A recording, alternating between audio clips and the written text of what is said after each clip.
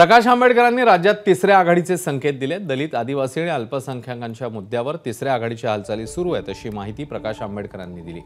गोंडवाना गणतंत्र पक्षासोबत आघाडी करणार असल्याचं त्यांनी सांगितलं। त्याचवेळी त्यांनी जे कोणी जरांगेंसोबत असतील त्यांच्या सोबत आघाडी करणार नसल्याचंही स्पष्ट केलं। दरम्यान आणखी एका तिसऱ्या आघाडीबाबत राजू शेट्टी, बच्चू कडू आणि संभाजीराजे यांच्यामध्ये हालचाली सुरू आहेत। अतिवृष्टीग्रस्त भागात नुकसान पाहणीसाठी हे तिन्ही नेते परभणीमध्ये एकत्र होते।